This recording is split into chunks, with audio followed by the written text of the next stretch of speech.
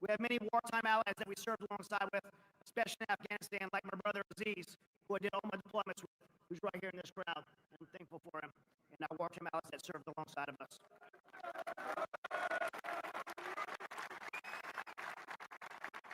Like many warriors before us, I came home and struggled with many of the same experiences. I dealt with debilitating panic attacks, anxiety, depression, and it almost cost me everything, to include my family and a personal battle with becoming another veteran suicide statistic. There are a lot of things that played a role in my recovery. Friends, family, getting active again, but nothing was more profound than the restoration of my faith and committing my life to Jesus. The Marine Corps calls this our spiritual pillar. It is the foundation of our pillars of resiliency. And through that decision, I found restoration, I found hope, and I found purpose. And when I came to a place of clarity, I looked back to Foster Harrington and others like him. And I thought about their lives and I thought about their sacrifice. I became both convicted and challenged to live my life to the absolute fullest and live it with purpose. To not mourn their death, but embrace the life and freedoms that they died for. That's part of being here with you today. Passing on the lessons from one generation of Marines to the next, 250 years in and still going. Life as a Marine is hard, but being a Marine is special because it is hard. And as a Marine, you'll be asked to do hard things. But when it gets hard, you can always look back and remember those who came before you. We have an incredible heritage of legends like Foster Harrington to learn from. Those who challenge us to dig in when we're called to do the impossible. And respond with the words we read in the scripture from Isaiah 6:8. When asked, who shall I send and who will go for us? And I responded, here am I, send me. Marines and sailors, never in my lifetime, and I've been around this gun club for 30 years now, never in my lifetime have we been more supported by leadership from the top. You have a president and vice president who love you, believe in you, and I can tell you from being in D.C., behind the closed curtains, they're doing everything they can to support you. You have a Secretary of War, and by the way, I love that Secretary of War. I don't know if everybody else feels the same way, but I don't like being on defense. I like being a war fighter, but we have a Secretary of War, Pete Hegseth, who I love, by the way, but based on his PT scores, I think he should have been a Marine. I don't know why he chose to be in the B team, but nonetheless, we love him. He's an incredible leader, and he is focused on our readiness, our lethality, and supporting you to do your jobs. We are blessed and equipped, and this is a time to celebrate. So happy 250 years of being part of the greatest fighting force the world has ever known, the United States Marine Corps. Semper Fidelis, God bless you. Hoorah!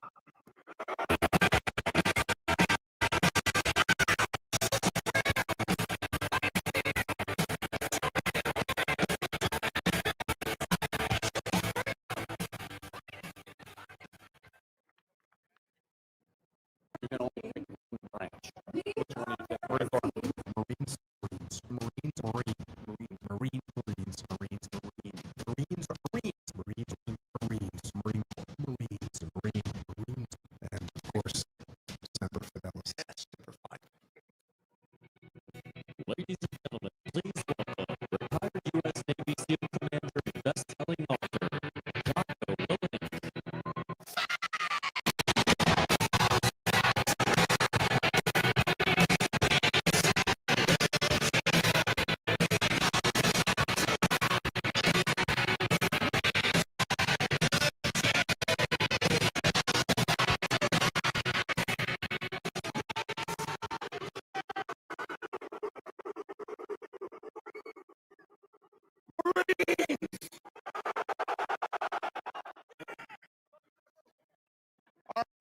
Marines, I want to let you know that I consider you to be my brothers.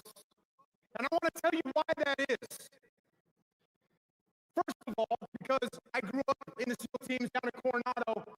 We came up here and worked with Marines all the time throughout my career. I did workups right here at Camp Pendleton, did hydrographic reconnaissance on Red Beach. Yeah, hiked up Fulton Canyon, launched boats out of the Delmar Boat Basin, get some. And worked with the Marines back then. That's when I first learned about the professionalism and the expertise of the Marine Corps. But when the war started, I had the honor of seeing Marines in action, real action.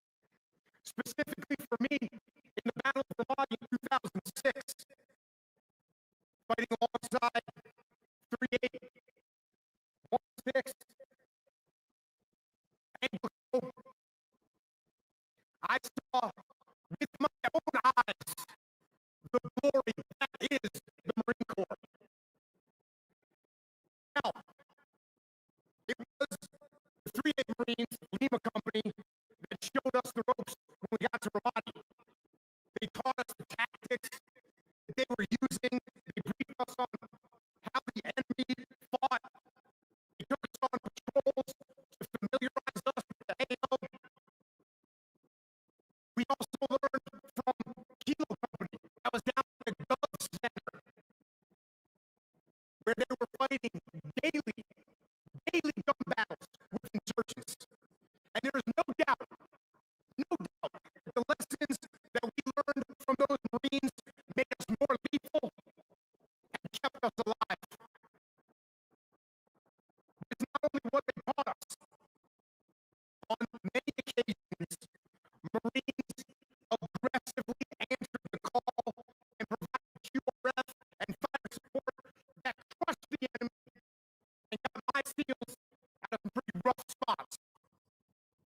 And we, in the SEAL teams, will never forget that. We also conducted countless operations with Anglo. We patrolled streets with them. We cleared buildings with them. We set up sniper overwatch positions with them. And they were outstanding Marines in every respect. This was a tough deployment. Soldiers and Marines were wounded and killed in Ramadi every day. We were fighting against a demonic, determined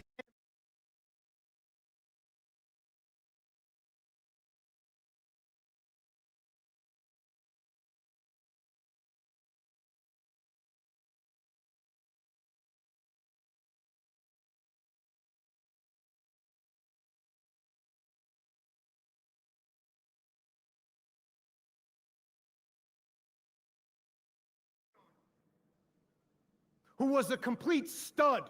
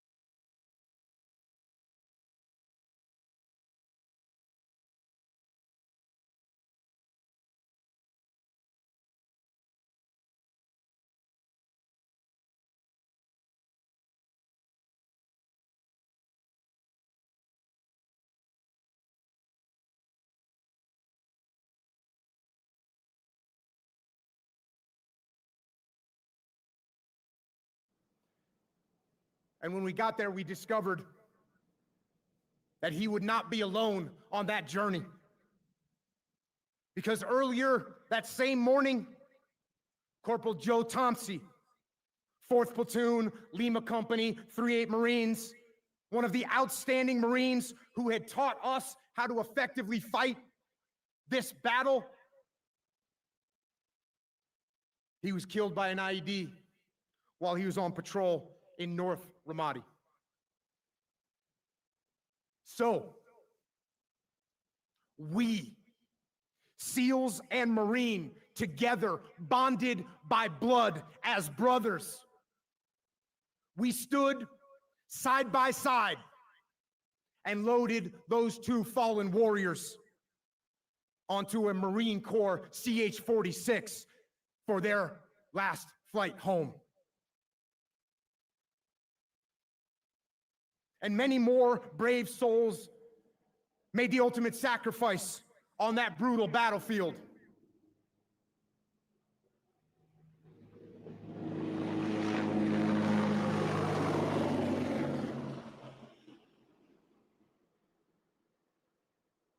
and we will never forget them. And that is one of the reasons why I consider Marines to be my brothers. But there is another reason. And the other reason is actual brotherhood. Because you see, Mark Lee, the first SEAL killed in Iraq, his brother, Chris Lee, he was a Marine. And Ryan Job, one of my other SEALs in Ramadi, who was shot in the face, was gravely wounded, and who later died of his wounds, his brother, Aaron Job, he was a Marine. And finally, Michael Mansour, another SEAL with us in Ramadi, who jumped on a grenade and sacrificed his life to save 3 of our other teammates, who was posthumously awarded the Medal of Honor. Well, Mikey Mansour's father, George, was a Marine who served in Vietnam. And Mikey's 2 brothers, both of his brothers, Joe and Jim, they're also Marines. And that is why it is an honor to be here today. That is why it is an honor to call you all my brothers. And that is also why I know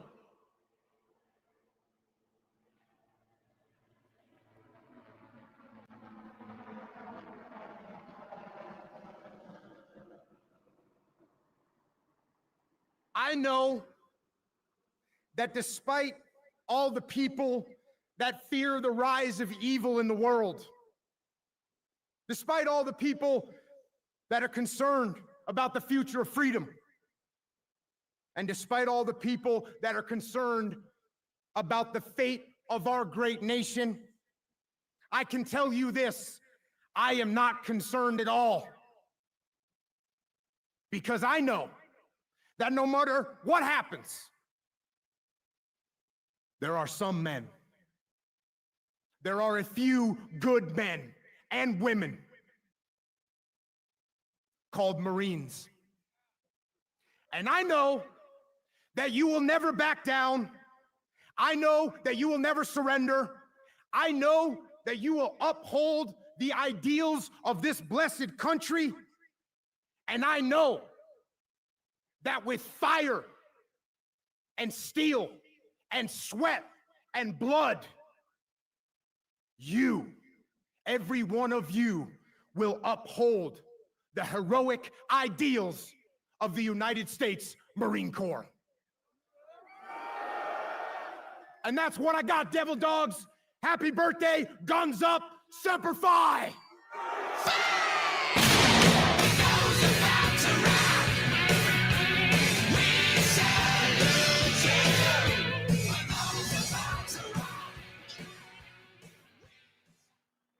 Ladies and gentlemen, please direct your attention to the video screens for the world premiere and exclusive release of the full 250th birthday message from the 39th Commandant and 20th Sergeant Major of the United States Marine Corps.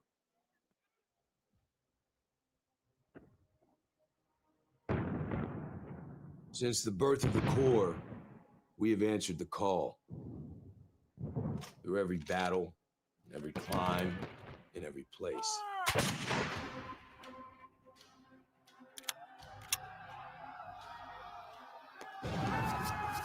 No matter the odds, no matter the obstacle. We adapt, we overcome, and close with and destroy the enemy.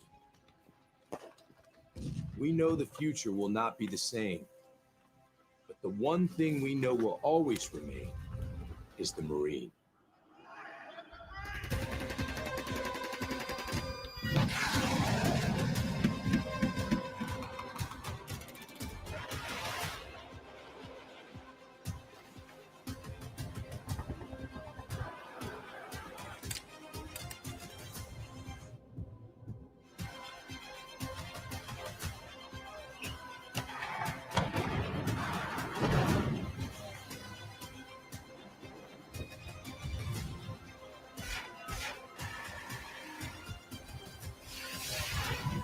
For 250 years, we have formed ranks and held the line. We will for the next 250. Marine Corps is a far-flung organization. Detachments of Marines are serving in every Navy yard, naval station, and guarding every naval activity everywhere in the world. I visited a great many of those places. Everywhere I heard expressions of goodwill towards the Marines. Everywhere I observed the friendly relations existing between the people and the Marines. For 2.5 centuries, we have shouldered the responsibility of freedom on behalf of our nation. Every battle fought, every sacrifice made has been etched into our legacy. We're Marines. We always find a way to work things out. No matter what happens anywhere, we can make something happen that'll turn the tide of battle. We are that adaptable to whatever the situation is. We trust our corporals with more responsibility, our lieutenants with more responsibility, our lieutenant colonels with more responsibility than any other branch of service, because we do more with less. There's no other branch that can do that. It's by far the greatest institution still in my mind on the face of the planet, because not everybody can be a Marine. You have to earn the Eagle, Globe, and Anchor. And I think that's what attracts the type of people that the Marine Corps has. Every Marine who has earned the Eagle, Globe, and Anchor bears a responsibility that stands the test of time. To the Marines, past, present, and future. We don't join the Marine Corps. We are the Marine Corps. Core of our being is that we're convinced we're the best fighting force in the world. And the truth is, we are. I believe the immediate bond between Marines is so strong just because of the way we're trained. We have a very specific niche culture of, greatness, our heritage, our warrior ethos. I think all those things, separate us, and we find them in each other. You may have a reason why you join, but there's a reason why you stay. You stay because of everything you're learning about how to be a warrior, how to maintain those warrior ethics, so that when that bomb goes off, you're ready to do your part. As Marines, our warrior mindset is something that can never be defeated. For 250 years, the Marine Corps has been successful because that's the only option. Success is all we know. The character of war has and will continue to change. We have adapted, evolved, and innovated, but our warrior spirit remains consistent. The nature of war is taking something that somebody else has that you want, and it's never changed, probably never will change. The character of war, however, has changed a lot. World War II, we used ships, planes, bombs. All the way to today, we use, as you can tell by the news, we use ships, planes, bombs. We just have a lot better technology. I don't know that one battlefield's ever been the same for any generation. The types of war, the ways of war, all that is constantly going to be changing. What's going to decide our next and our future wars is not going to be the technology, it's not going to be money, it's going to be the level of the belief of our people, of what they believe in, and the standards that they hold themselves to. We are more lethal, more capable, and more ready than ever, while grounded in the traditions that made us who we are. We will not win the next fight on platforms alone.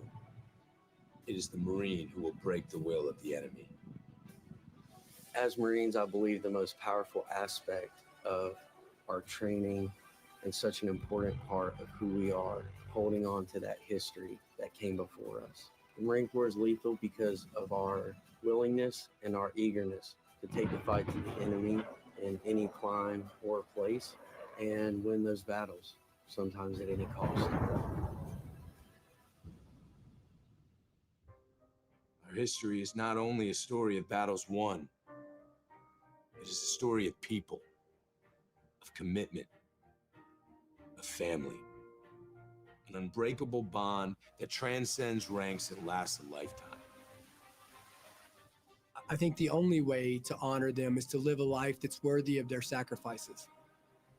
And the only way that you can do that is by going out and being the best that you can be, by going out and by still upholding those standards as a Marine, by celebrating them, by telling their stories and giving the next generation some legacy to live up to. Cream rises to the top. And that's what we have in the Marine Corps today. The Marine Corps is the operational Marine Corps. But there's another aspect of the Marine Corps. It's the former Marines or former active duty who are out there in all walks of life. It's amazing when you think of it. Being in service was a privilege. It was the best time of our lives, but it was a sacrifice. And your family is part of that sacrifice. And Marine wives or Marine spouses, they deserve a lot of credit as well. The kids being uprooted, moving, it's a sacrifice to serve our country. Without the support of their loved ones and their immediate family, it's hard for them to complete their job. So again, it's so important for military families and Marine Corps families to understand that their role and the role that they play in supporting their loved one while serving is just as important. For 250 years, we have proven there is no better friend and no worse enemy than a U.S. Marine. For those people who wish evil upon the greater good, David Bellavia said it best, somebody else will raise your children. To the enemies of our nation, don't get comfortable. Whether you're in the air, at sea, or on the ground, we adapt. We always have, and we always will. If it comes down to one-on-one, mano a mano, and you turn us loose, I can promise you this, you're not going to survive.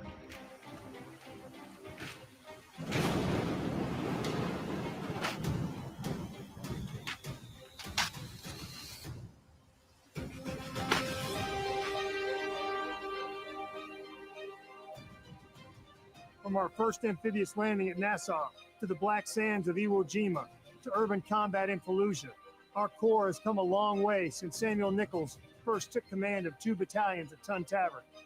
Though weapons, platforms, and technology continue to evolve, our individual Marines' grit, discipline, resolve remain our decisive advantage. For 2.5 centuries, Marines have preserved our legacy as America's premier expeditionary force because we are forward, ready, and lethal. When the moment a Marine earns their Eagle Globe and Anchor, they inherit a rich tradition of honor, courage, and commitment, a legacy that is etched on our souls forever. Our history is one of winning our nation's battle, and make no mistake, we will be called to fight again. We will be ready, and we will win. Since our foundation, we have fought in every climb and place, upholding our oath and preserving who we are, the few and the proud. But we cannot break stride. We must continue to train for the next fight, because victory will go to those who seize the initiative, impose their will, and never yield. The pursuit of excellence in the profession of arms is our heritage, forged by an unbreakable fighting spirit. The memorial behind us stands as a testament to that fact. We stand on the shoulders of the giants that came before us. We must not fail them. The challenge is on all of us every day to uphold the standard that the title Marine demands. Happy 250th birthday, Marines. Semper Fidelis.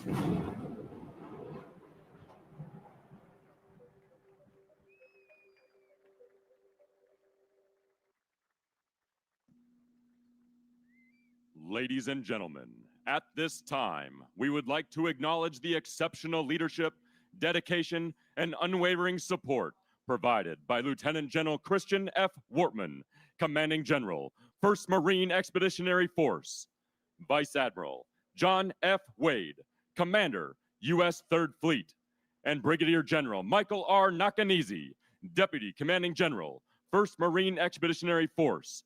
Today's demonstration of military might and the grit shown by the Marines and sailors participating is a direct result of your leadership, expertise, and steadfast devotion to mission success. The scope of your accomplishment here is unprecedented in this century. The American people can take comfort in our military's readiness to defend the homeland and our nation's interest abroad.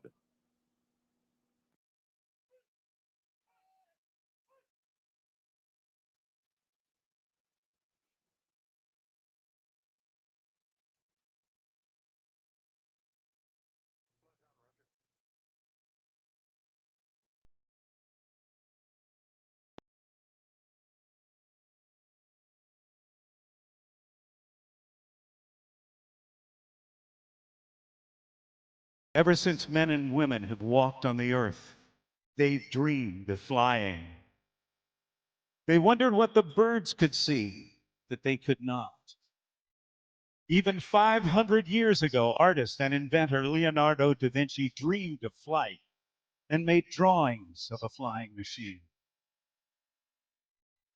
But it wasn't until 1903 that two brothers from Dayton, Ohio, Wilbur and Orville Wright, built a powered aeroplane and overcame gravity and taught the world to fly. And that's what we're going to do today, Camp Pendleton. We are going to fly! Good afternoon, ladies and gentlemen and boys and girls. The 2025 Beach Blast is about to begin. In the next few hours, you're going to see the Navy's precision parachute team, the Leapfrogs. You'll get a close look at the Navy's F-35C Lightning II, the Navy's first stealth fighter. We'll see the EA-18G Growler electronic warfare aircraft. We're going to see one of the most unique aircraft in the world, the tilt rotor, the MB-22 Osprey. We'll see a flag presentation flyby. And also, we'll see the Marines' own F-35 Lightning II right here at the beach at Camp Pendleton. Come on, Marines, let's get some noise going. All of this in the air as we celebrate, as we aviate, and as we commemorate. It's a great day to wave the flag as we celebrate this 250th birthday of the Navy and Marine Corps. Ladies and gentlemen, the 2025 Beach Blast starts now.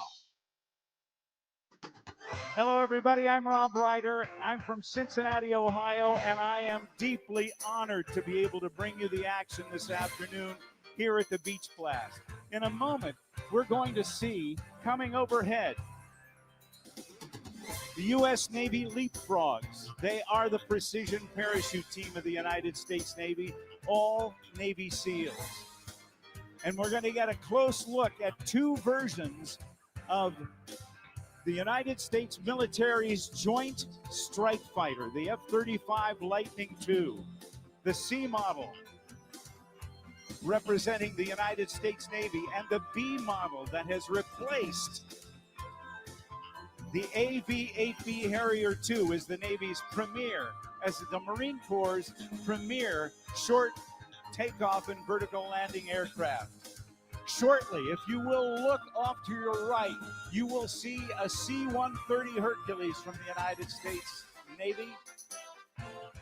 And aboard are the members of the Leapfrogs.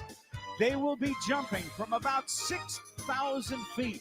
As they exit the aircraft, they will reach terminal velocity, 120 miles per hour, high and to your right. Just to the north of center point here at the show, there's that C-130. The C-130 Hercules has been around since the mid-1950s and continues to serve our United States military today and the militaries of a number of different countries around the world. Over 2,500 have been built, and they are still coming off the production line new at Lockheed Martin's Marietta, Georgia production facility. Jumpers are away. All of our jumpers originally learned the skill of military free fall as part of the extensive SEAL training pipeline prior to joining the operational SEAL team. SEAL team operators train extensively in tactical parachuting, providing the capability to penetrate denied or contested areas virtually undetected. Though today's demonstration takes place in broad daylight, these missions are typically conducted under the cover of darkness over both land and sea.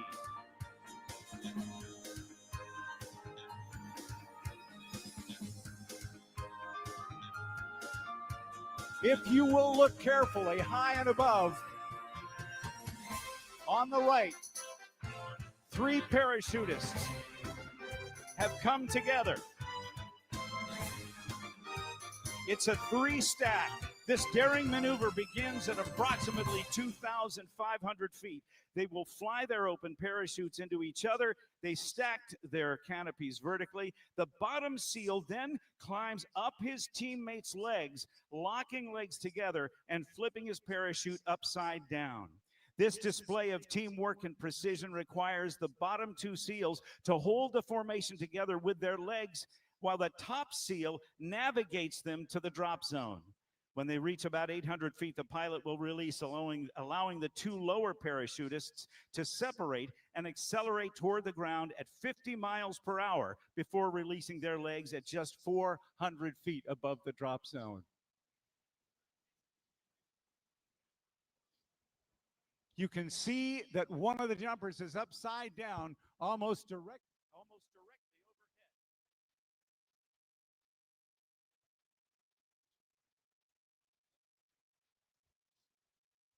Check 1, 2.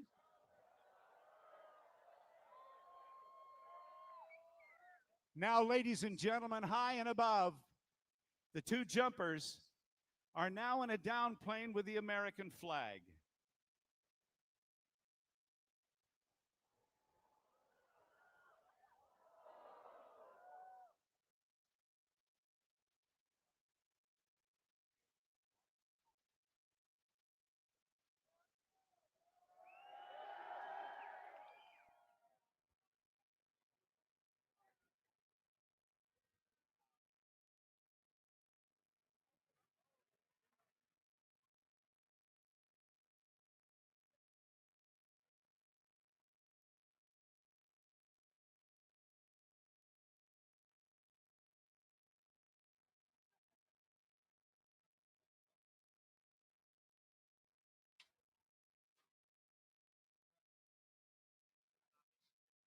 As the flag approaches the ground, we ask that you stand as the official presentation of the colors takes place, represented by members of the Marine Ceremonial Guard.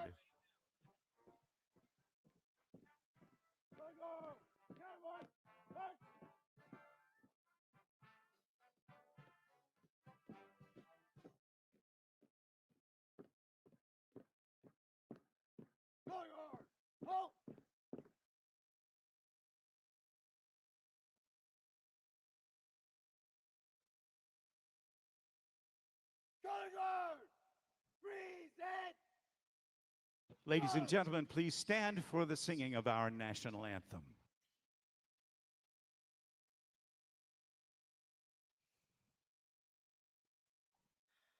Oh, say, can you see by the dawn's early light what so proudly we hailed at the twilight's last gleaming, whose broad stripes and bright stars through the perilous fight o'er the ramparts we watched were so gallantly streaming, and the rocket's red glare, the bombs bursting in air, gave proof through the night that our flag was still there. Oh, say does that star-spangled banner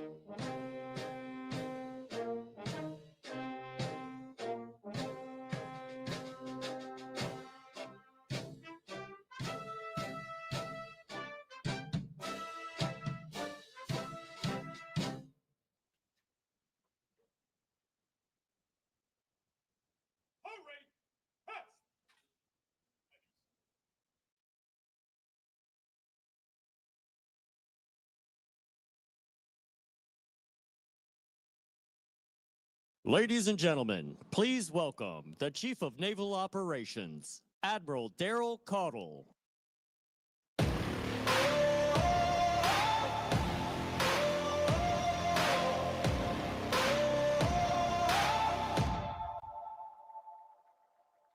got that lightning inside me, son of a god. I'm like a titan that's rising on just your watch. All right. Well, good afternoon, Camp Pendleton. It is an honor to be here with the warfighters who make Southern California the front line of building, training, and delivering our maritime combat power. We just had a greatest opportunity ever, returning from a world life experience of exceptional amphibious demonstration off the coast. And let me tell you, your Navy Marine Corps team absolutely crushed it. Mr. Vice President, thank you for joining us today, witnessing firsthand the integrated strength of integrated sea power. I'm sure this brought back some vivid memories of your time in uniform. It's great to welcome you back among your Marines. Secretary of War Hegseth, thank you for your steadfast support of our men and women in uniform and your focus on uncompromising standards. You continue to be a tireless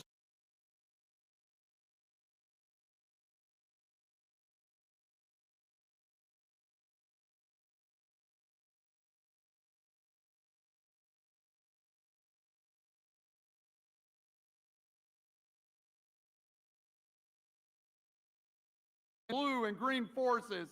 What we witnessed today was not just a demo, but a textbook execution of integrated all-domain warfare. That kind of performance doesn't just happen.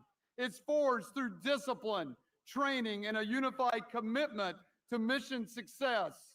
No other maritime force on Earth can generate and project combat power with this level of speed, scale, and synchronization. Let's give a round of applause to the men and women who made this happen.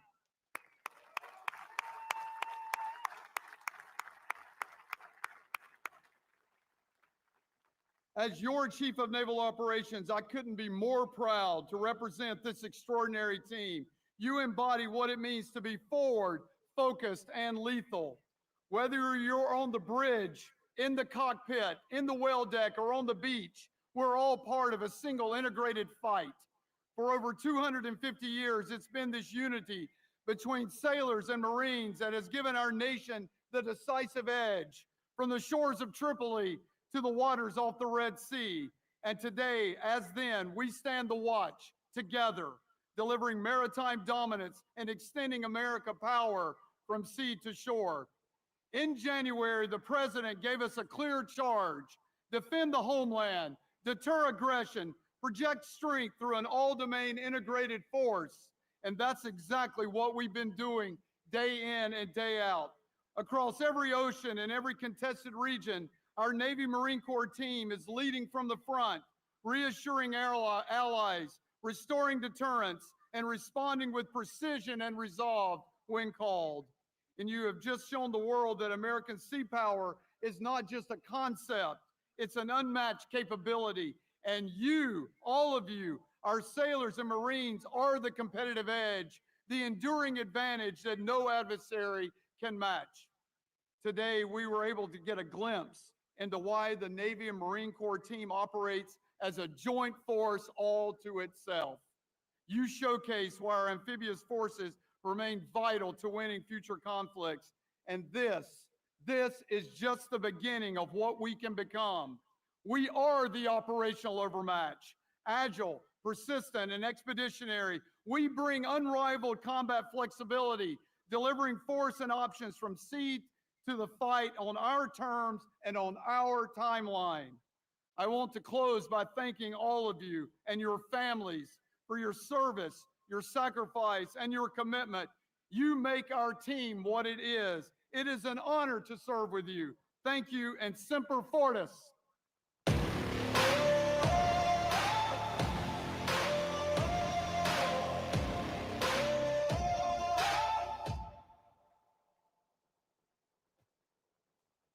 Ladies and gentlemen, please welcome Commandant of the U.S. Marine Corps, General Eric Smith. American soldier.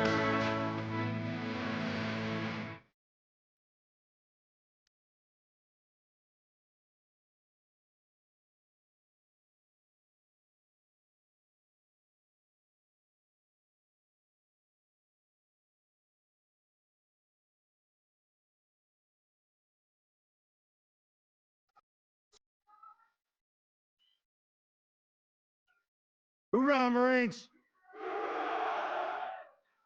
Get some! Hoorah! That never gets old, does it? That never gets old. Good afternoon, Marines, sailors, family, friends, Vice President Vance, Secretary of War Hegseth, Secretary of the Navy Phelan, my shipmate, the CNO, elected officials, distinguished guests, far too many to name. What a day. What a perfect amphibious day. And what a sight to behold. What I'm talking about is you. I'm not talking about the equipment, I'm not talking about the ships, I'm talking about you, the Marines, because that's who we are. That's what we're all about. We're about the individual Marine, because that's who wins battles. That's who wins wars.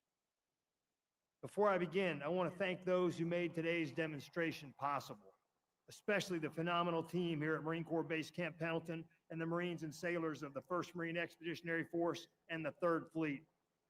From the first aircraft overhead to the final wave on the beach, you showed what American amphibious strength looks like in action.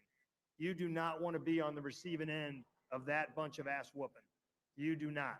If you're an adversary, hoorah. If you're an adversary and you want to have your butt kicked, then mess with the Marine Corps, because we'll do it. We'll do it for you. I also want to thank our many distinguished guests and civic leaders for joining us in the celebration this afternoon.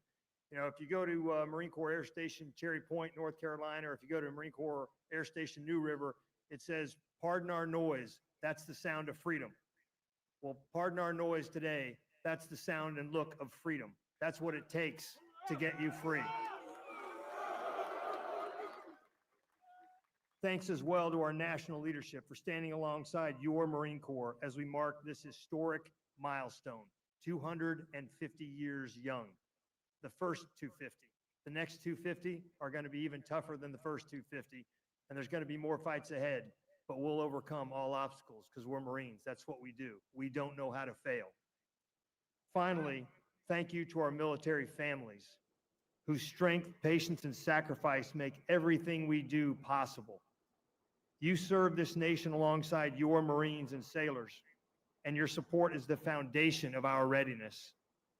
For 250 years, our Corps has fought and won our nation's battles. Again, we don't know how to lose. We're Marines.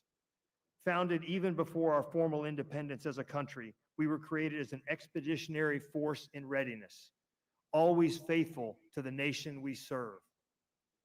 From muskets to missiles, wooden ships to amphibious combat vehicles, and signal flags to satellites, the tools of our trade have changed, but their purpose has not. We remain America's naval expeditionary force, ready to respond and ready to win. Today, we witness the power of the Navy and Marine Corps team through our premier force offering, the Amphibious Ready Group and Marine Expeditionary Unit, employing combined arms to deliver decisive effects and compel the enemy to do our will, to do what we want to have happen, not what they want to have happen. But none of what you saw, the precision fires, the air assault, the seamless integration of firepower, none of that means a thing without the Marine behind it, without the Marine behind his M4, without the Marine sitting in the vehicle, driving it, without the pilot flying the aircraft. It is all about the Marine. It's all about you. The strength of the MAGTF lies in its Marines. Their warrior ethos and core values strengthen us and sustain us during difficult times. It is the Marine, resolute beneath our nation's flag, who carries the day every time. Honor, courage, and commitment are the living code of a Corps that endures because of uncompromising standards. Standards that guide us in our purpose, unite us in battle, and bind us across generations. From Bellawood to Iwo Jima to Ramadi and Fallujah and Helmand Province, we're still the same. We're a Corps of Marines.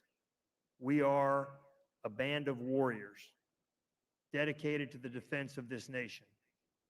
The Marines here today are cut from the same cloth as those who seized Tarawa, withstood the cold of Korea, and fought through the streets of Iraq and the mountains of Afghanistan. And the next fight is coming. Trust me, it's coming. Across battlefields, our character has never wavered. Just as the nature of war, the clash of wills, the test of fortitude, the demand for discipline remains the same. To our Marines here today and around the world, I could not be more proud of you. Sergeant Major Ruiz and I have the easiest jobs in the Marine Corps. We get thanked every day, and yet you do all the work. Our jobs are easy. Your jobs are hard. We don't pay you enough. You don't have all the equipment that you need, but you still get the job done. Why? Because we're Marines. That's what we do. That's all we do. We do war fighting. We do America's war fighting. You remind us that our power is not found in steel or armaments, but in the faith we keep with one another. You are our most valuable asset. No modernized ship, vehicle, or weapon system can replace the sheer will, determination, or grit of a U.S. Marine. It is you who will close with and destroy the enemy. To locate, close with, and destroy the enemy, or repel the enemy's assault by fire and close combat. Close combat. That's what we do. It is you who will seize the objective and seize the day. It is you who will win our nation's battles. This is why I have absolute confidence in the future of our Corps, today, tomorrow, and for the next 250 years. When the next fight comes, and sadly it will come, Marines will be ready. Ready to fight, ready to win, because that is who we are. That is what we do. It is all that we do. We're warriors. That's all that we do. We are America's crisis response force. We're the 911 force. We're the people who go out the door at 0 dark 30 to get our mission done, to accomplish it on behalf of the American people, to stick a bayonet in the heart of our adversaries, just like we did at Bellawood, just like we did at Bladensburg and Chapultepec and Iwo Jima and Eniwetok and Kwajalein and Quezon and Ramadi and Fallujah. That is who we are as a Corps. Never forget that. Never forget that it is up to you to pass on the Marine Corps to the next generation of Marines who are currently in high school or middle school or grade school or just being born. We owe it to them to pass on our heritage and our legacy, unvarnished, untarnished, and sharp as a razor. That's who we are. That's who we've always been. That's who we will always be. We are America's crisis response force. Don't ever forget that, Marines. Be proud of that Eagle Globe and Anchor that you wear tattooed onto your chest. You earned it. Only you can own it. Only a few, a very few, are capable of earning the title Marine. I'm proud of each and every one of you. Thanks for being here today. Thanks for stepping up to serve when so many couldn't or wouldn't. Thanks for being Marines. Hoorah, Semper Fidelis.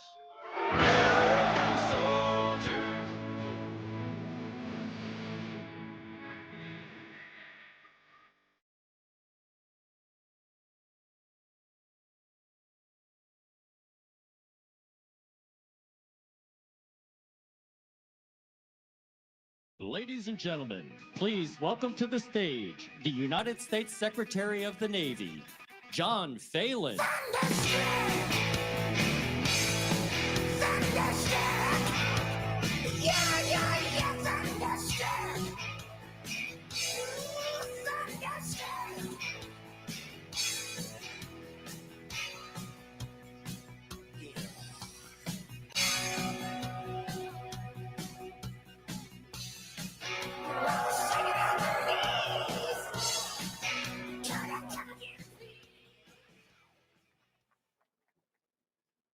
Good afternoon, everyone. Good afternoon. This is an incredible sight. I can't think of anything better than being here with thousands of Marines, sailors, and their families here on Red Beach, celebrating 250 years of the United States Marine Corps, the world's premier expeditionary force.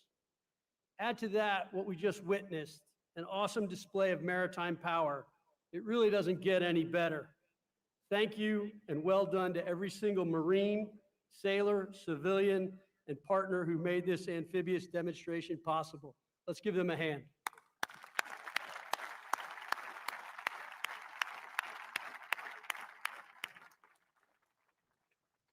On behalf of President Trump and the Department of the Navy, I want to thank every Marine and sailor across the globe for standing in defense of our nation with honor, courage, and commitment. You carry forward a legacy that began in Tun Tavern in 1775, when a few tough men decided this nation needed a corps of warriors who would always be the first to fight. 2.5 centuries later, that decision still echoes across every battlefield and beachhead where freedom has been tested. Mr. Vice President, thank you for your faithful service and your continued leadership, proving always that once a Marine, always a Marine. Secretary of War Hegseth, thank you for your continued service and for your unwavering advocacy for our sailors and Marines. Thank you as well to the Commandant, CNO, and to our senior Navy and Marine Corps leaders. And to members of Congress, state and local leaders, and distinguished guests, thank you for joining us today and for your continuous support. It is the privilege of my lifetime to stand with you as the 79th Secretary of the Navy, celebrating 2.5 centuries of the United States Marine Corps, the world's finest fighting force. From the frozen hills of Korea to Tripoli, from Bella Wood to Fallujah, Marines have always been raised for the hardest jobs and entrusted with the most consequential fights.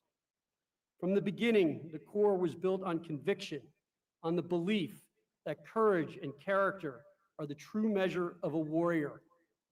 As Major Doug Zembeck said, be a man of principle, fight for what you believe in, live with integrity, lead from the front, be valorous on the field of battle, and take responsibility for your actions. That is what it means to be a Marine, to live by a code that endures long after the battle ends, to serve with honor, and to stand firm when others falter. For 2.5 centuries, that spirit has carried the Marine Corps through every test and every generation, upholding a promise that when freedom is threatened, America will send its very best. And as Secretary of the Navy, I can tell you that promise is alive and strong. The Navy and Marine Corps team remains unmatched, a global force for peace through strength, ready for any challenge, anytime, anywhere. This legacy begins on the yellow footprints at Paris Island, right here in San Diego, and Quantico. That is where discipline takes root, pride is earned, and character is forged. Those qualities are why when the nation calls, Marines answer. They're why allies trust us and adversaries fear us. The line from those footprints to today's formations is unbroken. Marines carry the same courage forged at Guadalcanal, where the 1st Marine Division, hungry and exhausted, refused to quit and proved that grit and discipline win battles. When others said it could not be done, Marines said, "Watch us." Every generation of Marines has found new ways to fight and new tools to wield. Innovation is not a break from tradition, it is the continuation of it. The character of war is changing rapidly, but the character of Marines remains unshakable.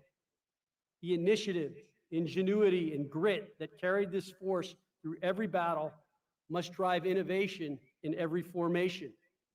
The future belongs to those who adapt faster than the challenge before them. This is a challenge our Marine Corps and Navy team will win.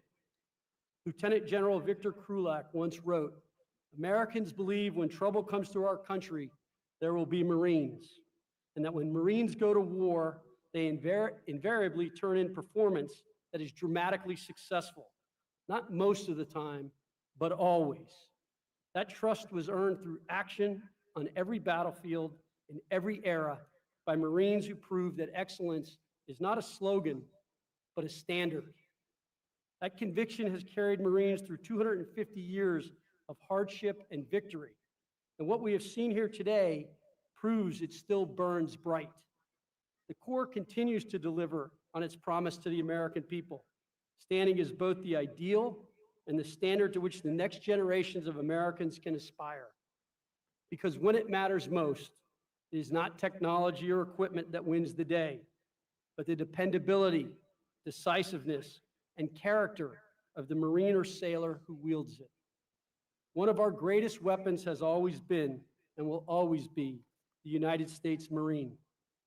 As we celebrate 250 years of the United States Marine Corps, we look forward as much as we look back. We honor not just the Marine Corps history, but its spirit, the unbreakable will that defines every Marine who has ever worn the eagle, globe, and anchor. The next chapter will be written by Marines, just like you, who fight in new domains, face new challenges, encounter new threats. To every Marine here today, thank you for carrying a legacy 250 years strong. You are the embodiment of Semper Fidelis, always faithful to one another, to the Corps, and to the nation we serve. And behind every Marine is a family, a spouse, a parent, a child who stands the watch with you. They endure the deployments, the moves, the missed birthdays, the late night calls, and the endless goodbyes. They are the quiet strength of the Corps, and today we honor them too. To every Marine family here at Camp Pendleton and around the world, thank you. Your sacrifice makes this legacy possible. Bravo Zulu 3rd Fleet, Semper Fi 1 MEF, happy birthday, Marines. May God bless you. May God bless the United States Marine Corps and Navy team, and may God bless the United States of America. Thank you. I hope you have a great day today. Thanks.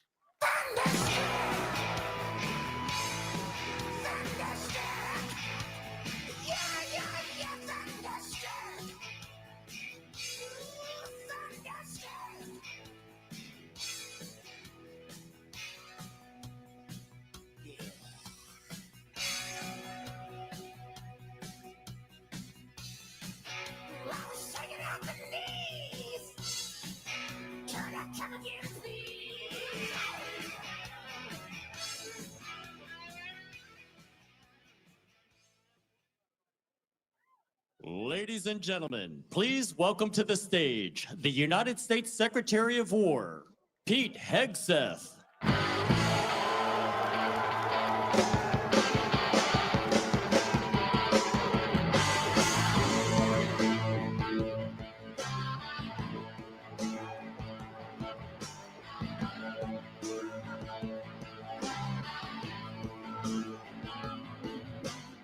How we doing?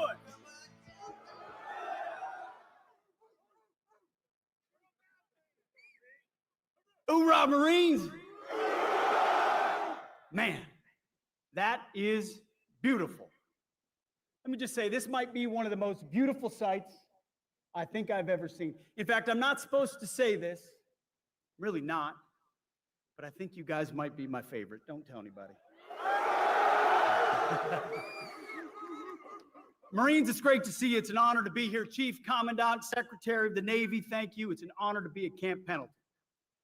And looking out at these Marines today and the Navy SEALs I had a chance to do PT with this morning. You know, I do PT all around the country now with the troops, and it's turned into smoke the secretary.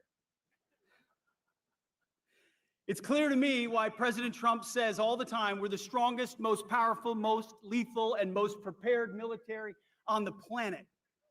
Because you are that strength. You are that power. You are that lethality. And you are prepared.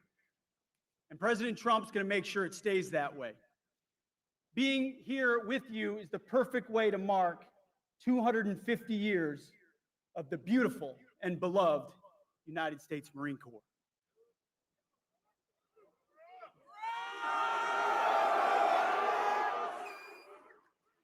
President Trump has made our mission clear. We needed clarity, and he provided it. America first, peace through strength, and common sense at every turn. We are the War Department, and you are warriors. The Marine Corps embodies the warrior ethos. You see, when other parts of the department wavered in years past, not anymore, in years past, the Marine Corps stood strong. When other parts of the department wanted to go woke, the Marine Corps stood strong. When other parts of the department wanted to lower standards, the Marine Corps stood strong. You, ladies and gentlemen, are the backbone of the United States military. You always have been, and that's why we're proud to honor you today. 250 years ago, Major Samuel Nichols formed the Continental Marines. The next year, the Marines won the Battle of Nassau, capturing 2 forts from the Brits. Since that day, the very mention of the Marine Corps stirred panic in the hearts of our enemies. From the halls of Montezuma to the shores of Tripoli, Marines have been the tip of the spear of our armed forces and the vanguard of the fight for freedom, just as they are right now in the Caribbean. Let's hope the wrong people don't FAFO around there. In the most critical battles our nation has ever faced, it is often Marines, forged by unique traditions and tough as nails training, who land first. And they volunteer to put themselves in harm's way. Thanks to the blood and sweat of men who came before you, every American knows the truth of the phrase. It's not just a phrase, it's a way of life for all of you. Semper Fidelis, always faithful. You see, because I look out at this crowd, I see a lot of different types of faces. The truth is, your diversity is not your strength.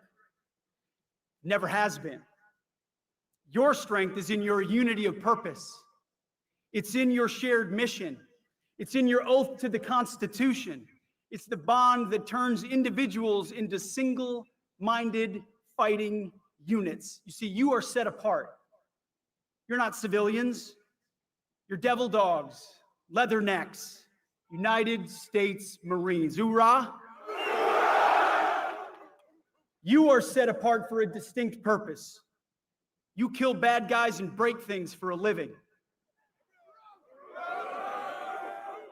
You close with and destroy the enemy for a living.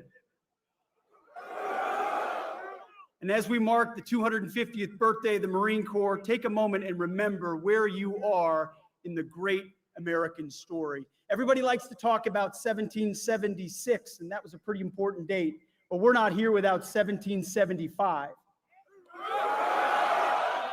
When Americans were willing to stand up and pick up a rifle and say, "We will live free." That spirit lives in all of you.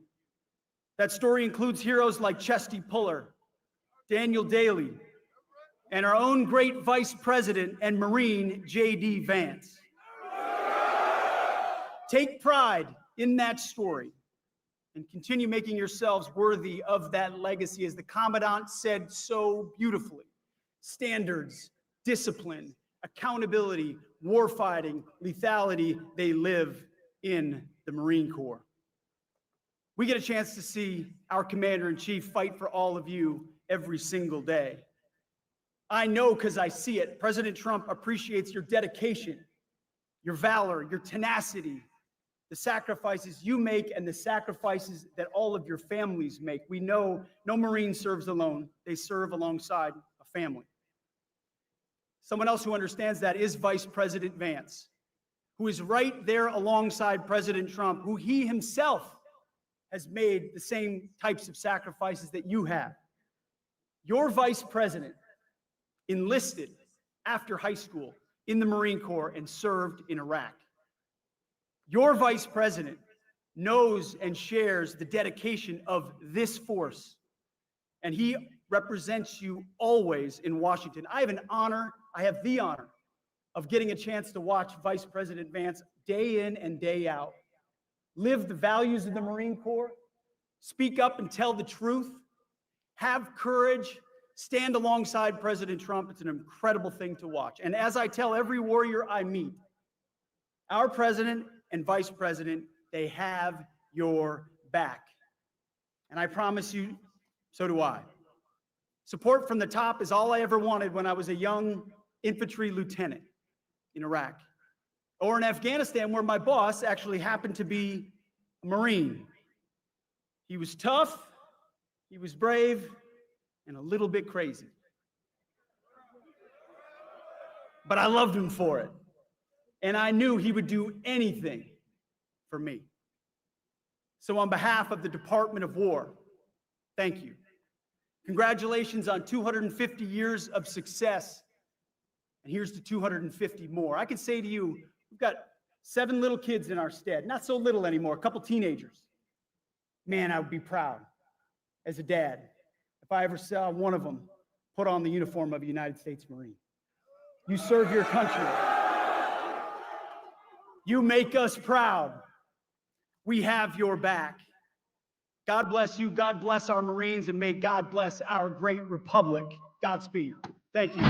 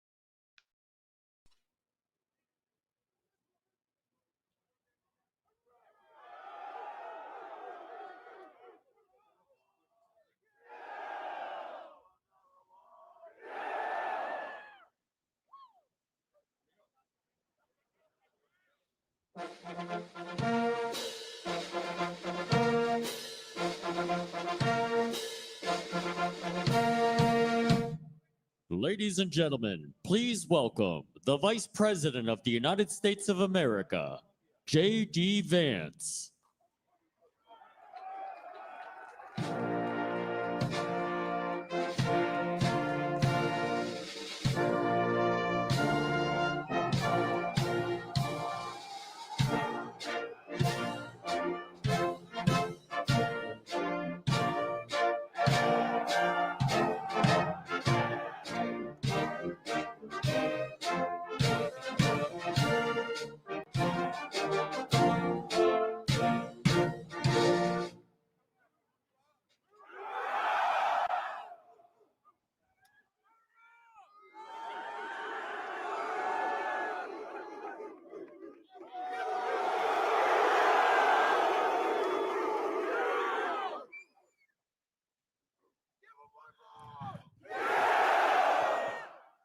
Hoorah, Marines!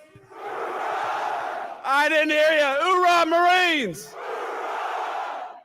God bless you, Marines. God bless you, Camp Pendleton. It is so much fun and such an honor to be out here to celebrate 250 years of United States Marines.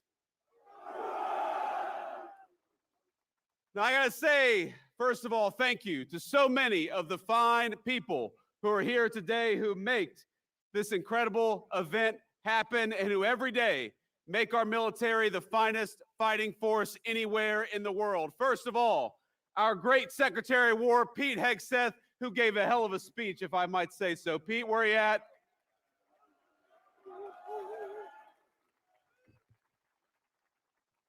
Now, he is a soldier, but are we proud of our Secretary of War, Marine Corps? Now, I will say, I was talking to Pete about this speech and thinking about what I said, and I realized that over my 4 years in the United States Marine Corps, I probably learned about 100 jokes about United States Marines.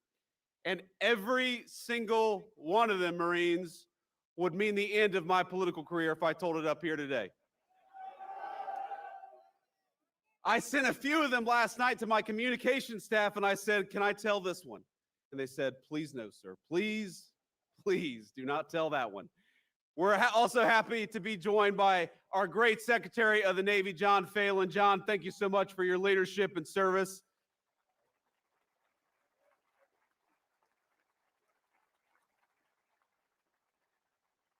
I got to give a shout out to my beautiful wife, our great Second Lady, Usha Vance, with the Marine Corps hat.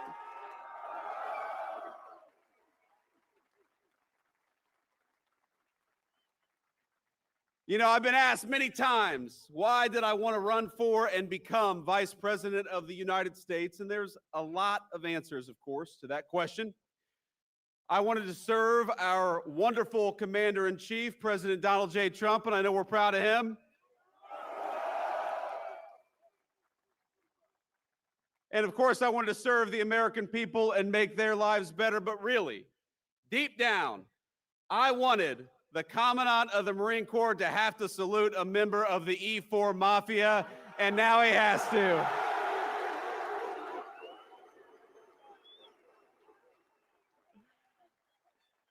And Marines, we have a great Marine Corps Commandant in General Eric Smith. General, thank you so much for everything you do.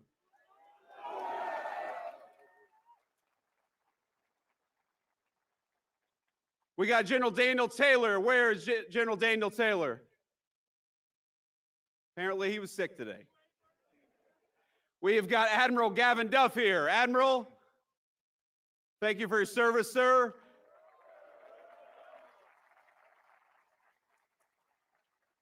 We have got Colonel John Caldwell and General Michael Nakanizi. Did I pronounce that right, General? There we go. I did okay. I'm the Vice President, so you can't tell me I'm wrong.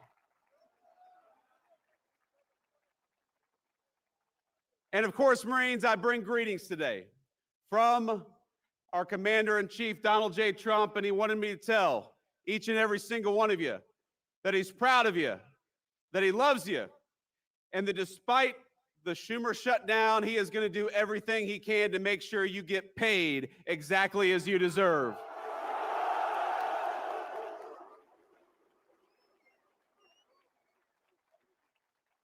Now, I know we're here to talk about the Marine Corps, but I got to get just a little political because congressional Democrats seem to want to keep the government shut down, even though it would mean that a lot of you would not get your paycheck. But as I told the president just a couple of days ago, I said, sir, we have got to figure out how to pay these Marines, both for their sake, but also, of course, because if we don't pay our enlisted Marines, every bar in Southern California is going to go out of business, and we don't want that.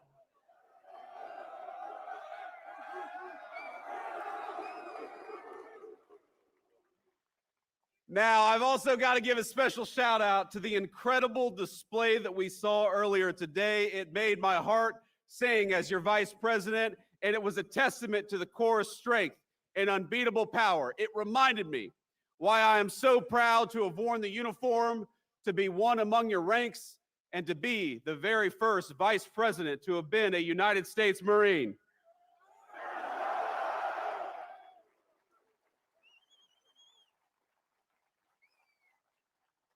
Now, for us East Coast Marines, Camp Pendleton has always had a special place in our imagination. We heard the stories of the back-breaking hikes you all had to do, the West Coast Marines had to do in Camp Pendleton. You know it? Us East Coast Marines, we had the sand fleas and you all had the hills. I don't know which was worse.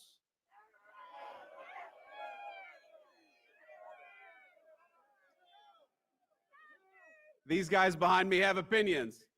So let's give some credit to the amazing Marine units who pulled this off.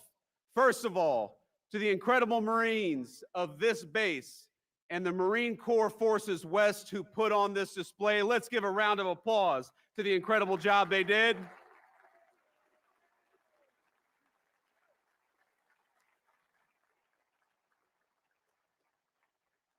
And I want to talk about some of those units because you all made me so proud. I know we must have some Marines from the 1st Marine Division. Where are you? You all did a hell of a job. How about the Marines from the 3rd Marine Air Wing? I know we have some Marines from the 1st Marine Logistics Group, the lifeblood of the fight. Where are you all at? We've also got Marines from the 1st Meth Information Group, the brain of the fight. Where are you all at? And we've also got, of course, men and women from Marine Corps Installations West, the folks who keep the home front. Where are you, Marine Corps Installations West? There we go. Now, I know you all know we cannot leave out our brothers and sisters of the sea, so we're proud to have all the sailors of the Navy's 3rd Fleet here to celebrate 250 years of Marines. Thank you.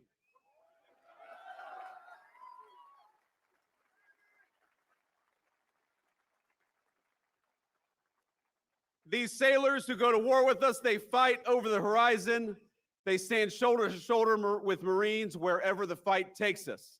And if any group shares in the glory of the Marines' 250th birthday, it is our beloved Navy Corpsmen. Let's give a shout out to the Navy Corpsmen out there. We love them.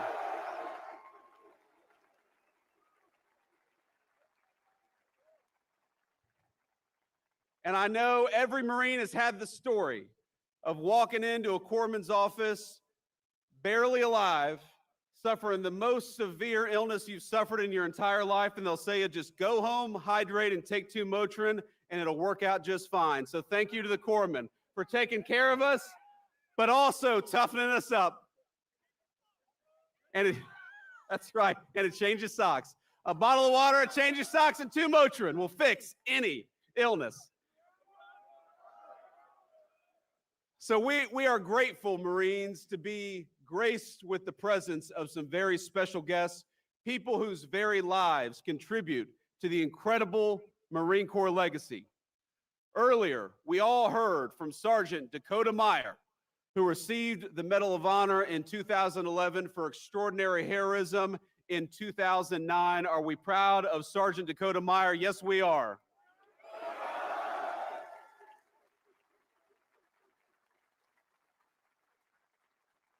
And despite the constant rain of enemy fire, then Corporal Meyer made multiple runs across an ambush zone that day, saving the lives of 36 American and Afghan troops. Dakota Meyer, we love you. We're proud of you. You're the very best of the Marine Corps and the very best of this country.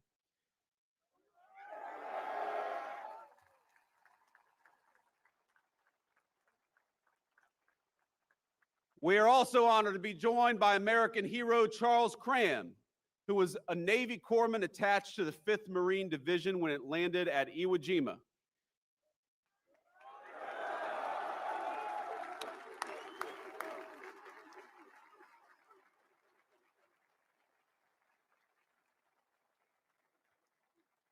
Now, as part of that force, this American hero watched the Stars and Stripes raised over Mount Suribachi before being wounded on the 7th day of battle while tending to a Marine. For his valor, he was awarded the Silver Star, the Bronze Star, and the Purple Heart. Sir, we love you. Thank you for your service.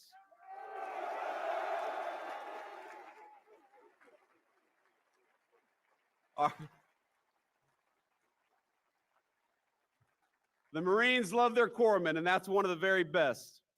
Another living legend we have with us today is Elmer Royce Williams, a naval aviator who, while on combat patrol in the Korean War, suddenly found himself up against 7 Soviet MiGs. Sir, thank you so much. God bless you, and thank you.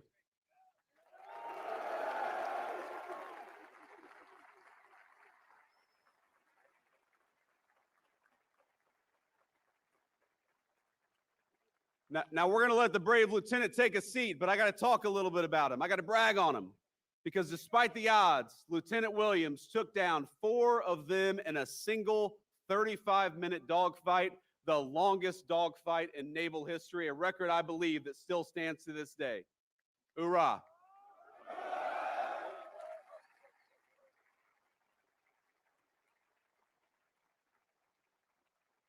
Now, not only did he take 4 MiGs down, he demolished the MiG's reputation as an unbeatable aircraft and secured his place among the legends of American military aviation. And if you notice, we just talked about a great Marine in ground combat, a great Marine in aviation combat, and a great Marine, or I should say a great Navy corpsman who helps out our Marines. In other words, Marines can kick ass in every theater of combat, and we do it every single day.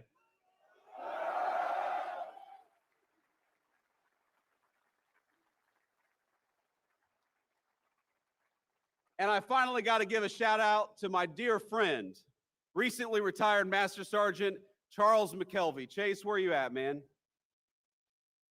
Love you. Oh, he's got a beard already. Look at that. He's been out of the Marine Corps for 3 months. He's already got a beard longer than what I got. Now, Master Sergeant McKelvey and I served together at Cherry Point when we were both very young Marines, and we've been good friends ever since. I call him Chase. Other Marines will tell you Chase is an extraordinary person, the smartest, kindest Marine you'll ever meet, and those are descriptions I can personally attest to.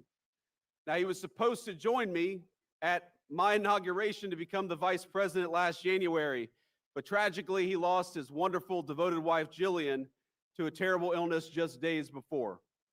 So I want to tell you, Chase, in front of all these Marines, we're proud of you. We're thankful for you. I'm sorry I couldn't see you in January, but I'm glad to see you today, my friend. I love you. Semper Fi.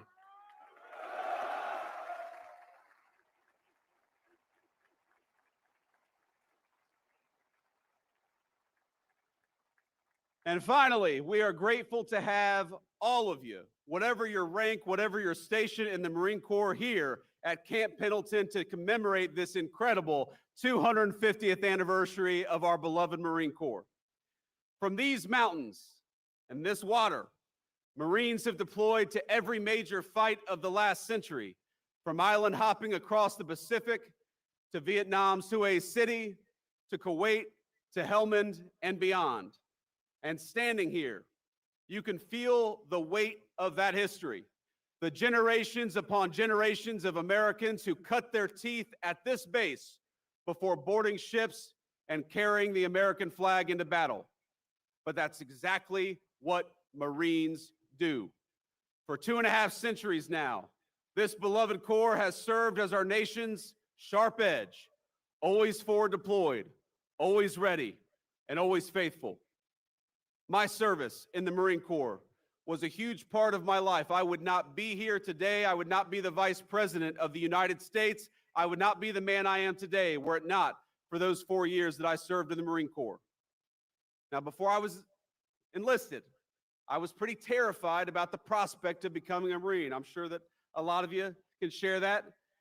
I remember I had nightmares before I went to boot camp of drill instructors yelling at me, of being away from my family, of being constantly stretched well beyond my own physical limits. It's daunting stuff, as all of you know. And as anyone who survived boot camp can tell you, it's all real. But my cousin Rachel, in particular, one last shout out to a former Marine. In particular, she pushed me to do it. A veteran of the Corps herself, she got it. She understood what joining does for a young man or a young woman. So she pushed me to go and talk to a recruiter, which I did, and I will never forget that conversation. Because at no point did he try to sell me on the United States Marine Corps. He warned me, said, you don't enlist in the Marine Corps to make money, and you all know that's exactly right. He said you might even go to war. This was back in 2003, right after we invaded Iraq. But what he did tell me is that enlisting in the Marines would teach me many things, including discipline and the virtue of leadership. And that was appealing to me, and I know it's appealing to Marines today and for every year of our 250-year history. Hoorah! But over the days that followed, what further dawned on me was that I needed to do this not just for me, but for the nation. My country needed me just as sure as the country needs each and every one of you today. The September 11th attacks had occurred barely a year earlier. And as I weighed what enlisting would mean, the crisis in Iraq was becoming a full-out war. So I made the call. As an 18-year-old senior in the state of Ohio, it was one of the first times in my life that I recall feeling like the country actually needed me. And when I realized I had a responsibility to something so much greater than myself or even my family, and I had an obligation to act on that feeling of duty. And I know that's something that animates every single one of you, whether you're a private or a general. That spirit of service has been the spirit of the Marine Corps for 2.5 centuries. So I just wanted to say, from the bottom of my heart, from one Marine to another, from the Vice President of the United States to the whole Marine Corps, thank you for your service. We are proud of you and proud of your service.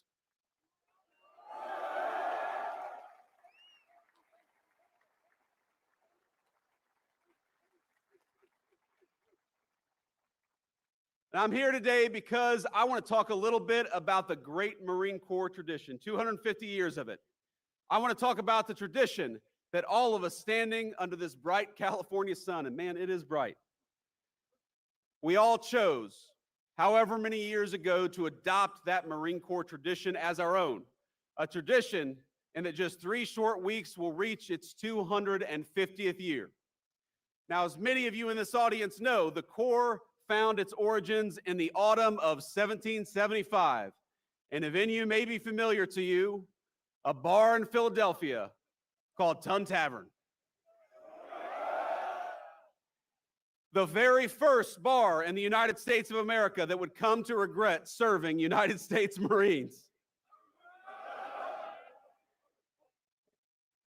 So here we are in Tun Tavern almost 250 years ago. And what we did in that moment was we answered the call of service. Because even before we had a Declaration of Independence, the Continental Congress organized an army and a navy to fight the British, but they recognized they needed something a little bit extra. They needed a force that could fight just as comfortably on land as it could on sea, that was able to move fast, strike hard, and hold its ground.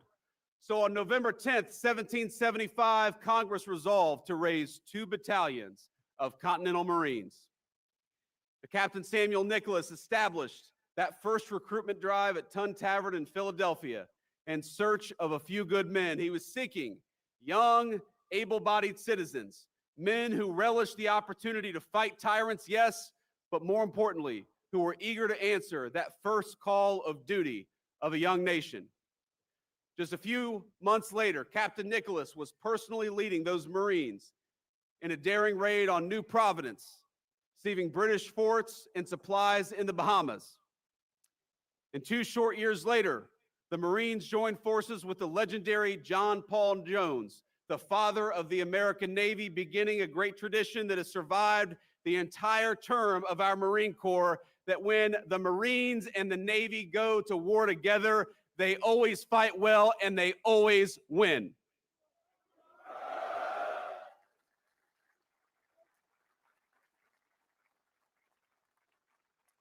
The War of Independence set a blueprint that Marines follow to this day. Boldness in action, unity in purpose, and a lightning readiness to go wherever the nation required. In battle after battle, the United States Marine Corps has broken the backs of empires. You've toppled tyrants. You've hanged pirates and hunted down America's foes across the 7 seas. And Pete, it turns out we're hunting some pirates today, aren't we? From Tripoli to the halls of Montezuma, from Bella Wood to Iwo Jima, and from Chosin Reservoir to Khe Sanh. We Marines have repeatedly earned our reputation as the first to fight and the last to leave. And as all of you know, that legacy only grew stronger after 9/11. Within weeks after the attack, the 15th Marine Expeditionary Unit, the 15th MEU, already forward deployed on September the 11th, helped launch the most ambitious amphibious assault in the history of the United States of America. And that's just how Marines are wired. No matter where, no matter when, the Corps will always uphold its reputation for discipline and for unshakable focus. Now, I always think back to what Army Major General Frank Lowe had to say this about the Corps in 1952.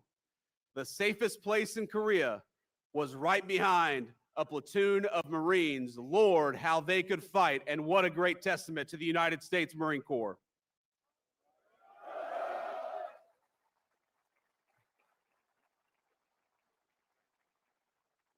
Because while the world keeps changing, new weapons, new threats, and new ways in which we wage war, the nation will forever need the United States Marine Corps.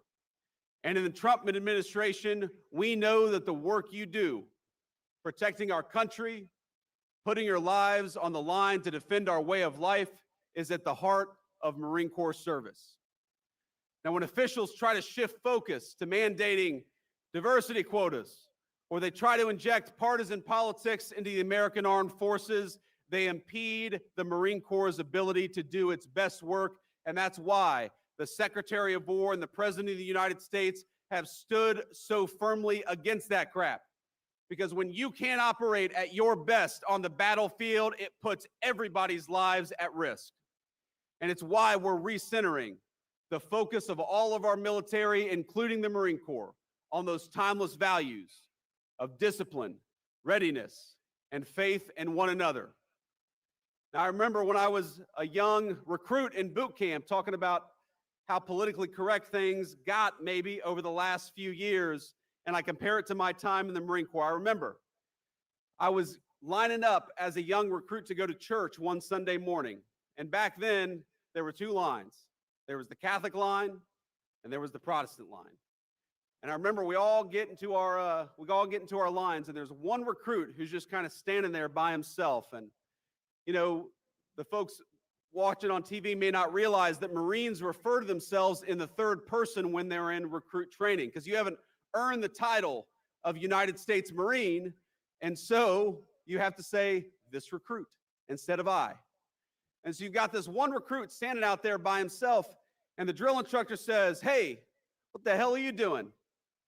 And the recruit says, "This recruit is an atheist." And the drill instructor says, "Bullshit, get in the Catholic line."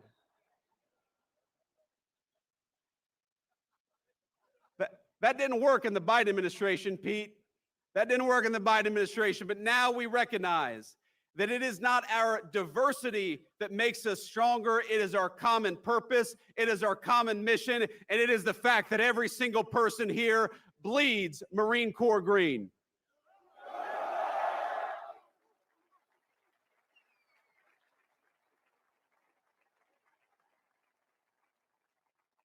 And I think that all of you should realize that from the President of the United States on down, this government is proud of you.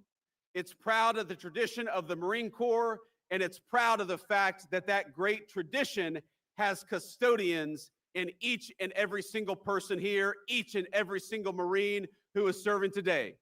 And I hope that the proud Marine Corps tradition, you heard Pete talk about this, Chesty Puller, Dan Daly, John Basilone, all of these great Marine Corps heroes, they should inspire you through their action to be the very best Marine in the future that you can be. Now, I remember so many people who made my Marine Corps journey and made the country better in the process. I remember a gunnery sergeant who saved me from financial ruin. I was a young Lance Corporal, and I was going to go to an off-base car dealership and buy a used car with a low dealer-provided interest rate of 22%.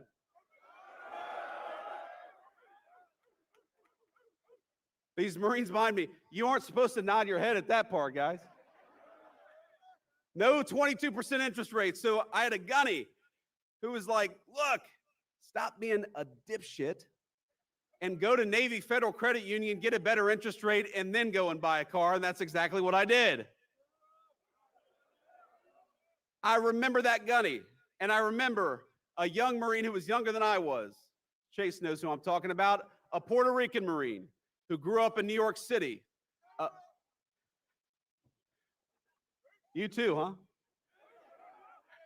A man I thought I had nothing in common with, but who I learned bled Marine Corps green just like I did, and who came to my inauguration as Vice President of the United States.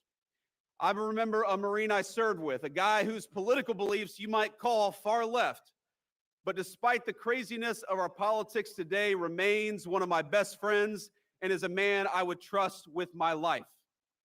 I remember the Marines raising the flag over Iwo Jima, etching in American memory the importance of respecting and honoring our beautiful national symbol. I remember all my friends from the Marines, men and women, some of whom retired and some of whom made the Marine Corps proud in the civilian world. I remember General Chuck Krulak, who I met at my cousin's boot camp graduation. He was the 31st Commandant of the Marine Corps, and I was probably 14 years old, and I was taller than he was. But he was tough as nails. I met him as Vice President, by the way, just a few months ago. He's still very short, and he's still tough as nails, and he still loves the Marine Corps as much as he did on his first day of service. Now, he had a phrase, I'm sure you guys have heard it. He said that the most important thing the Marine Corps does for this nation is to win battles and to make United States Marines.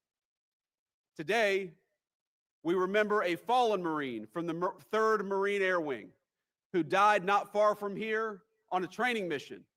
He died so recently, as a matter of fact, I can't even say his name publicly, but I want all of us to know and send a message to his family that we remember them and we know that his Marine Corps service was not in vain. Let's give an hoorah for that fallen Marine.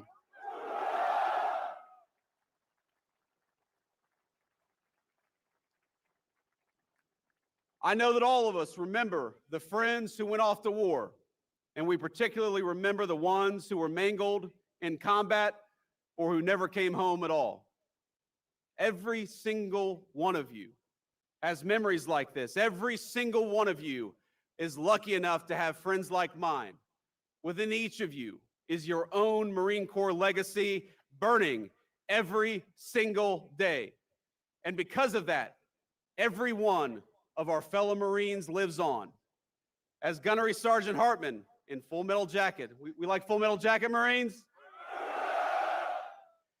He said, but the Marine Corps lives on forever, and that means you live forever. Our motto, Marines, is Semper Fidelis, which means in Latin, always faithful. Though the shape of the battlefield will change, our nation will be just fine, so long as fellow Marines just like you remain faithful to that great Marine Corps legacy. My fellow Marines, you have the watch now. You honor that legacy by how you carry yourself in public. You honor it by how you treat your friends and family. You honor it by how you contribute to your communities. And most importantly, you honor it in how you fight and win the nation's battles. So from one vice president to an incredible United States Marine Corps, keep kicking ass, keep taking names. Semper Fidelis, Marines. Happy 250th birthday. God bless you.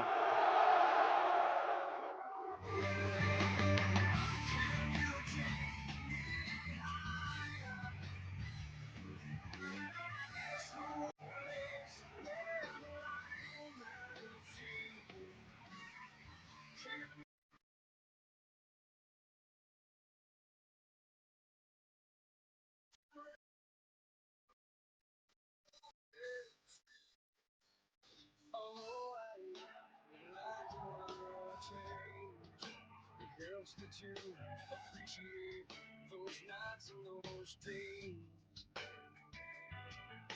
When my friend, I sacrificed all those nights, fire grenade, dear midnight, dreams the same. The only